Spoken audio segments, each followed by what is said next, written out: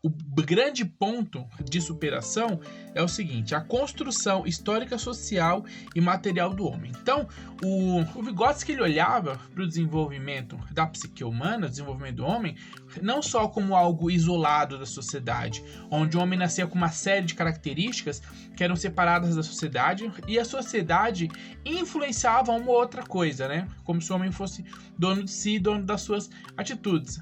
Ele vai vir falar que, na verdade, o homem ele é uma construção. Ele é uma construção como? Histórica, social e material. O homem ele está presente na história, ele está presente na sociedade, então, da mesma forma que ele forma a sociedade também forma os traços do homem, tá certo? Como, por exemplo, a nossa educação. O homem também, ele é um fator material, ele não é abstrato. Você consegue entender o homem entendendo e investigando as suas relações sociais, de forma grupal e individual, tá certo? Então, quer dizer, supera a ideia do homem, que transcende, que já nasce com as suas características, não. O homem, ele é produto do seu meio, e lógico, a gente começa a estudar e ver vários pontos importantes e começa a prestar atenção.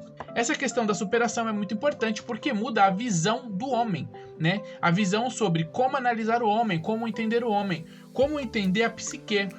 E agora, entendendo que o homem faz parte da sociedade, é um meio e é um produto do meio da sociedade, agora também muda a forma de entender a própria sociedade, certo? Já que o homem muda a sociedade também o transforma. Olha que interessante. Então, quer dizer, muda totalmente a visão de você entender a psique humana, certo?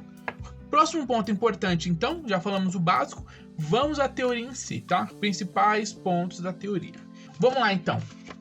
Primeiro ponto da teoria: a compreensão das funções superiores do homem não pode ser alcançada pela psicologia animal, pois os animais não têm vida social e cultural.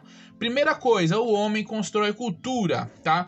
Então, primeiro ponto da teoria dele aqui: o homem constrói cultura.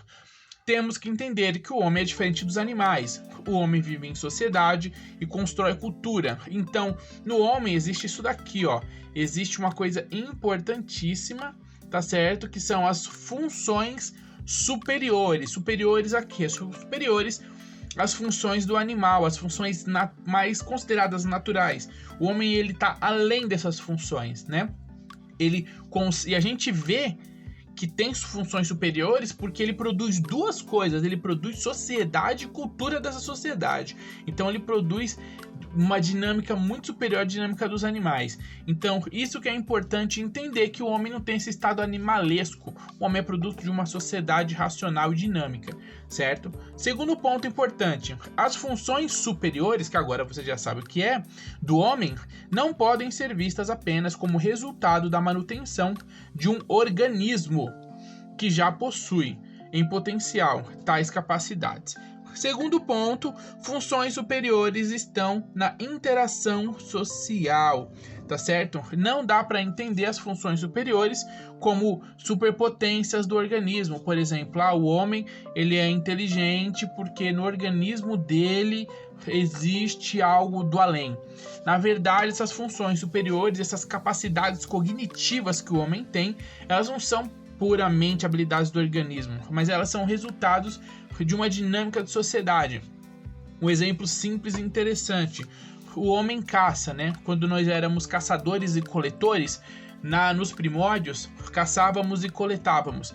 Então a gente era lá, caçava um bicho, caçava um porco, comia o porco de imediato. Depois o homem vai criar uma pequena arma, por exemplo, uma arma pontuda. Já facilita, ele começa a tirar o couro dos animais, comer a carne e separar as partes. Já que agora está mais fácil para ele caçar, ele já começa a se locomover menos. Isso significa que a sua mente vai fazer conexões neurais e ela aprendeu uma nova função e vai desenvolver. Socialmente, ele consegue caçar e coletar mais, porque a ferramenta ajudou ele a desenvolver uma caça mais eficiente. E aí já vai mudando o corpo de sociedade, porque agora, sendo mais habilidoso, os homens começam a viver de forma mais prática em sociedade, em grupos maiores, porque agora eles conseguem produzir e dividir a técnica de caça, né? Então se faz ali mais rápido de caçar, então eles conseguem caçar animais maiores ou em maior volume, maior quantidade, e aí conseguem dividir, eles começam a trabalhar juntos para caçar, para colher, começa a transitar menos, porque você consegue caçar mais rápido, não precisa ficar mudando de ambiente, território para achar animais. Então vai se construindo uma nova percepção de mundo, uma nova ideia. Olha só, o homem vai ficando menos habilidoso, por exemplo, fisicamente, porque agora ele está cognitivamente construindo ferramentas. Então as ferramentas vão mudando o formato do homem, capacidade intelectual, vai mudando a capacidade física. Então, na verdade, vai fazendo uma série de mudanças importantes, certo? E o que vai acontecer nessa ideia que a gente está vendo aqui é que essas funções superiores, depois de todo esse estudo, de todo esse entendimento, não dá mais para acreditar que potências cognitivas do ser humano, como atenção e uma série de outras coisas, tá certo? Elas simplesmente estavam lá.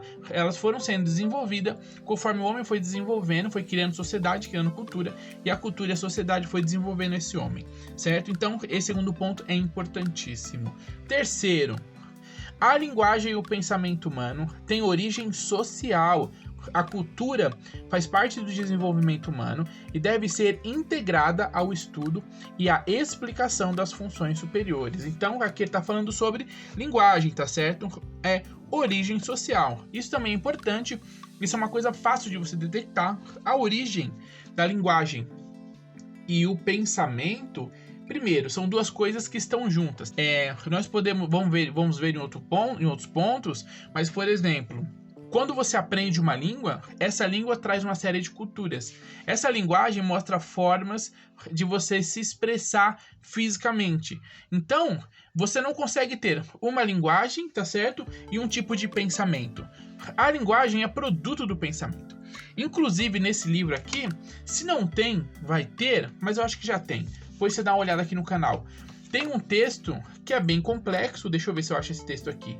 Pensamento e Palavra, que é do Vygotsky, que ele explica exatamente essa questão do pensamento e da linguagem. É um texto complexo. Depois, com certeza eu vou decifrar esse texto aqui, vou explicar direitinho para vocês. Se não tiver, vai ter aqui no canal, é só procurar, tá? Então, quer dizer, o que ele está falando? Que não tem como separar a linguagem do pensamento. A linguagem é o resultado do pensamento e o pensamento também é o resultado da linguagem. São questões integradas, tá certo? Significa mais ou menos assim, ó. Se eu... Vou colocar um exemplo muito chulo da sociedade. Se eu não falar palavrão, palavras de baixo escalão, né? Eu vou me dar melhor nas relações sociais em um lugar onde isso não é bem-vindo. E esse lugar é um lugar onde eu pretendo conseguir uma proposta de emprego, eu já trabalho aqui, quero crescer de cargo. Então, com esse grupo social, não é legal eu desenvolver, expor essa linguagem de palavrão. Automaticamente, quando você chega lá, você já está com essa ideia e o seu cérebro vai começar a trabalhar para você desenvolver menos essa exposição de palavras chulas, né? Vamos dizer assim, tá? Isso é um exemplo, tá, gente? E essa dinâmica vai fazer com que a linguagem, olha só, foi no cérebro, o cérebro mandou um código para você mudar o seu comportamento vai fazer com que o seu cérebro se adapte e entenda os benefícios daquela situação, e ele vai começar a mudar a sua postura em vários momentos, e vai começar a colocar valores naquela situação. Olha que louco, o mundo girou 360, vai mudar os valores, vai mudar o comportamento. Então, com esse exemplo, é para você entender que está tudo ligado. Uma coisa não pode ser fora da outra. Se fosse realidade, elas iriam se chocar a todo momento, né? Então, sempre tem que ter os dois lados. E eu não estou falando aqui, nem o Vygotsky, né? Quem sou eu? Mas o Vygotsky não está falando aqui de pequenos momentos, né? Tipo assim, mas o cara fala muito palavrão, só que quando ele tá falando com o tal, ele não fala. Não, ele não tá falando desses pequenos momentos. Ele tá falando de todo o processo de linguagem de pensamento que tá junto, tá integrado. De forma geral, a forma que uma pessoa pensa se expressa na linguagem, e a linguagem dela expressa a forma que ela pensa, vice-versa, né? São integrações. Então isso é importante pra gente entender, porque não são elementos separados, tá certo? O homem é um todo concreto. Vamos para o ponto 4. A consciência e o comportamento são aspectos integrados de uma unidade, como a gente estava falando agora, tá certo? Não podemos ser isolados pela psicologia, não podendo ser isolados. Então, a psicologia, por mais que ela se esforce, não dá para isolar esses dois pontos, a consciência e o comportamento. Por quê? Primeiro ponto é que o comportamento ela é a expressão de uma certa consciência, de uma certa dinâmica da consciência, certo? Então, por exemplo, eu tô aqui, as minhas expressões, elas são resultados da minha consciência, né? Por exemplo, o fato de eu estar aqui tentando concentrar, olhar para a câmera, fazer alguns gestos, não mexendo muito, não batendo na mesa, ó, se eu bater eu faço isso, tudo isso faz parte de uma consciência de entender e saber o que eu estou fazendo agora. Estou passando uma aula, eu tenho que diminuir elementos para você ficar distraído, apesar que vários fogem do controle, mas o pensamento tá ligado para que o meu comportamento ele se defina ali, né? Então esses dois estão integrados, a psicologia não vai conseguir deslocar ele. Uma coisa importante, um eixo, né? Uma coluna importante da teoria do Vygotsky é entender que o homem é um todo, né? Muitas partes da psicologia, muitas tendências ou correntes tentam desmontar o homem e estudar ele por partes. O Vygotsky vai falar, não. Quando nós falamos de comportamento, consciência, capacidade cognitiva, nós estamos falando de um todo, de um conjunto que funciona junto. Não são partes isoladas que não se tocam ou que se influenciam muito pouco, não. O homem é um todo, toda a parte influencia o todo. Por isso que é importante estudar o homem como um todo, para entender a sua psique. Por isso que o homem é estudado também de forma pelo Vygotsky, mas antropológico. Um homem dentro da sociedade, né? Isso é importantíssimo. Quinto ponto. Todos os fenômenos devem ser estudados como processos em permanente movimento e transformação. Isso daqui é sensacional, tá certo? Fenômenos externos e internos. Como é que o Vygotsky vai colocar algo que algumas correntes também trabalham de forma estática, de forma parada, como se aquela coisa nunca mudasse. Uma coisa importante é isso que ele está falando, que olha só, todos os fenômenos devem ser estudados como processos em permanente movimento e transformação. Quando nós vamos ver na linha da história o desenvolvimento da psique humana, a gente vai ver que todos esses fenômenos produzidos pela psique, produzidos pela sociedade, produzidos pelo comportamento, produzidos pela capacidade cognitiva, eles vão mudando. Lembra o exemplo que eu dei anteriormente do homem caçador-coletor? Ele vai se transformar em outro tipo de homem, porque agora ele é um homem que ele não é mais um caçador, depois ele vai se tornar um produtor, construtor, blá. O homem vai mudando de função, a sociedade vai mudando ele de função, e esses dois vão girando, e conforme a história vai correndo, o homem vai se transformando, né? Por exemplo, hoje em dia, a quantidade de homens que precisam trabalhar caçando e coletando é extremamente pequena. Já antigamente, né, muito antigamente, nos primórdios da história, todos eram assim. Então, quer dizer, o que a gente tem a primeiro ponto importante que ele está falando aqui? Todos os fenômenos, inclusive psíquicos, formas de se pensar, formas de se compreender, de se sentir, de entendimento, de compreensão, de reflexão, todas essas formas, elas vão mudando conforme a sociedade vai mudando. Se uma coisa hoje é positiva, pode ser que ela tenha sido negativa, né? Então, por exemplo, hoje nós temos uma luta política pelo espaço e voz das minorias, tá certo? Público LGBT, as mulheres, os negros e indígenas e tudo mais. O que é isso, né? Isso é um resultado, é um momento desse processo de mudança. Essa luta sempre existiu e em alguns momentos foi mais visível, muitas vezes ocultadas, né? Então, mas sempre existiu. Só que tem momentos que algumas coisas aparecem com mais força. O que significa? Que você vê na história momentos diferentes. Nada mais interessante, inteligente e correto para o Vygotsky de entender esses fenômenos junto com as suas mudanças. Porque não adianta você pensar, por exemplo, racismo hoje e racismo há 2.500 anos atrás na Grécia. A cabeça era diferente, sistema cognitivo, dinâmica social, interação social eram diferentes. Então você pensar, se você fizer uma análise com a cabeça de hoje, pensando 2.500 anos atrás, você vai errar. Então pro Vygotsky, o fenômeno, ele tem que ser, o fenômeno externo e interno, ele tem que ser estudado sim, levando sempre em consideração os pontos de transformação e de movimento desses fenômenos. Sexto ponto, vamos lá. O homem constitui-se e se transforma ao atuar sobre a natureza com a sua atividade e os seus instrumentos. Isso aqui é batata, isso aqui é Marx na veia, é materialismo histórico dialético.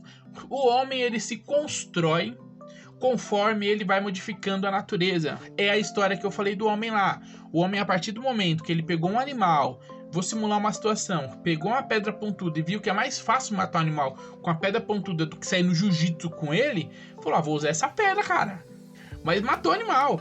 E aí, ficou mais fácil. Arrancou a pele, cortou. Olha que bacana, evoluiu. O homem mexeu na natureza e a natureza transformou o homem. O homem tinha uma capacidade X de caça, agora ele tem 2x. Ele é mais habilidoso, porque a natureza mudou o ser do homem, mudou a sua habilidade, inclusive o seu processo cognitivo, não só físico. E o homem agora vai transformar a natureza. Por quê? Porque ele vai caçar mais pedras pontudas, ele vai fazer isso virar uma machadinha, isso virar ponta de lança, uma porrada de coisa. Então o homem está interagindo com a natureza. E como ele diz aqui, o homem ele constitui-se e se transforma, como eu estou explicando, ao atuar sobre a natureza, certo? Com sua atividade e seus instrumentos. Exatamente isso que eu expliquei. Isso é uma coisa importante, porque nós estamos falando do homem construindo a sua subjetividade e a sua individualidade dentro da sociedade. Importantíssimo. Aldney, mas dá para ser subjetivo e individual dentro da sociedade? Você não acabou de falar, o Vygotsky não acabou de falar que a gente é produto da sociedade? Tudo que nós sabemos e pensamos vem da sociedade? Exatamente. Só que existe uma subjetividade individual e uma subjetividade social. Vamos ao 7º ponto. Não se pode construir qualquer conhecimento a partir do aparente, pois não se captam as determinações que são constitutivas do objeto. Ao contrário, é preciso rastrear a revolução dos fenômenos, pois estão em sua gênese e em seu movimento as explicações para a sua aparência atual. O que ele está falando aqui? Essa questão do fenômeno é interessante, porque ele está falando que existe uma raiz para o fenômeno. Quando a gente fala assim, depressão. Depressão é um fenômeno social, é um fenômeno da psique humana social. Só que, peraí, é novo? Isso já apareceu antes? Quais são os motivos? Quais são as causas? Será que é a sociedade mesmo atual? Será que é o tipo de mente que o homem... Em que grupo essa dinâmica da depressão está aparecendo? Quais são os resultados disso? Tem características ou traços disso em momentos antigos da história? Vamos investigar. Por quê? Ele está falando que é o seguinte: é importante entender que esses fenômenos eles têm uma raiz. Não é só a aparência. Você olha e fala, depressão, deve estar difícil a vida dele, né? Isso é uma aparência. Para você entender o que é de fato, existe toda uma dinâmica social e um desenvolvimento social, psíquico e social de interação entre o homem e sociedade, onde a mente do homem está conectada às dinâmicas sociais, que é necessário se entender que aquilo vai construir a raiz daquele problema. Então você não consegue trazer uma análise olhando somente a aparência da situação. Você precisa fazer uma investigação profunda, principalmente sobre a dinâmica da sociedade e a interação desse homem com a sociedade. Porque, por exemplo, esse traço é um traço que não atinge um homem, atinge vários homens. Eu tô falando do homem na questão portuguesa de homem e mulher, tá certo? Atinge o homem. E o homem, esse ser, em grande escala, tá sendo atingido por esse mal. Então é algo que, primeiro, já não dá para você estudar caso a caso. Você vai estudar caso e antes de chegar no caso individual, você tem que estudar o coletivo. E a dinâmica do problema coletivo está dentro da dinâmica da sociedade, porque o homem vive coletivamente aonde? Na sociedade.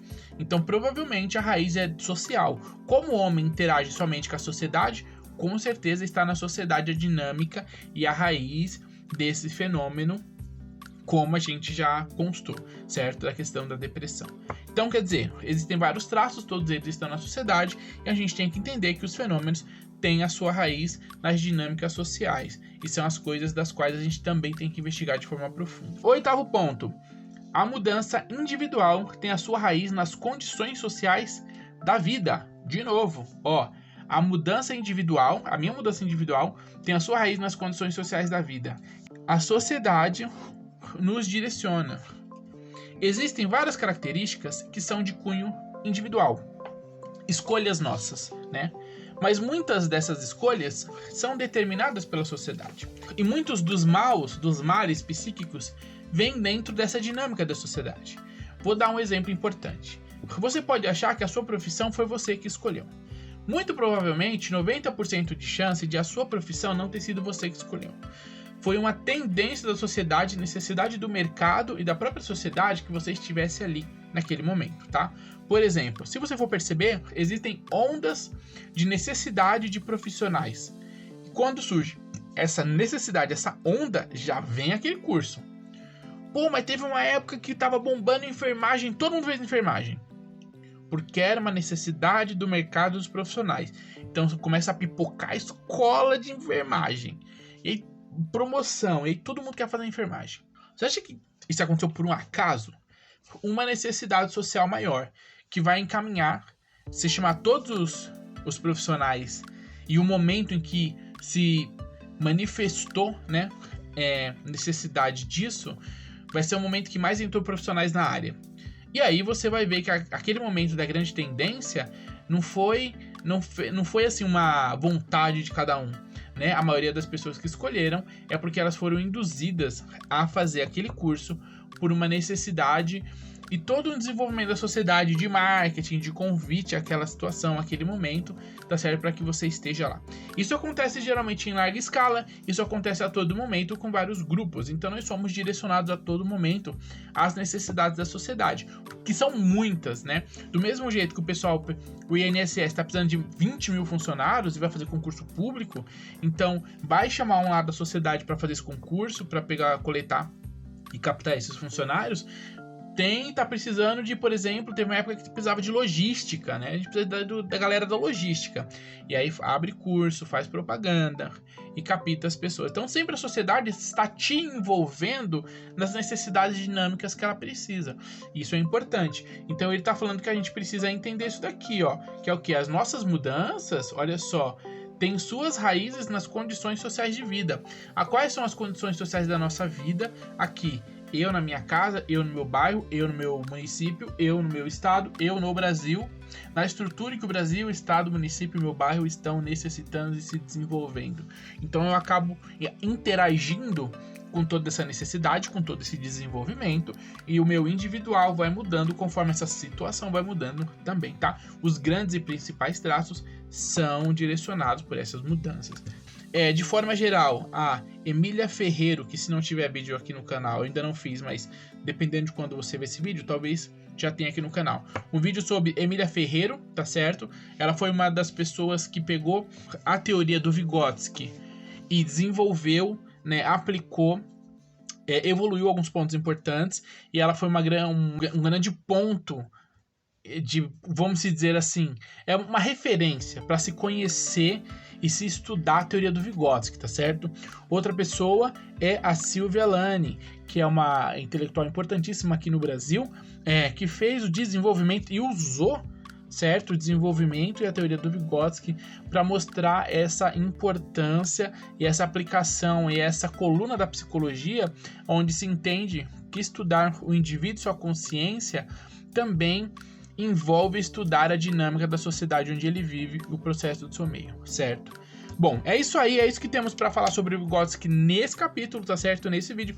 Espero que você tenha entendido. Esse é o grosso da teoria do Vygotsky, é muito importante que ele traça toda essa dinâmica de entender o homem e a sua dinâmica na sociedade, que isso vai fazer o desenvolvimento da sua psique. É isso aí, tamo junto. Se você gostou, se ficou claro, é isso aí, tamo junto. Deixa aqui nos comentários e não esquece de compartilhar esse vídeo na tua faculdade. E se inscreve no canal que sempre sai vídeo aqui. Tamo junto, valeu. Escreve aqui, ó, Vygotsky, pra mim saber que você chegou até o fim. O nome do cara tá aqui na descrição, é só você ver. Tamo junto, valeu. E até o próximo vídeo.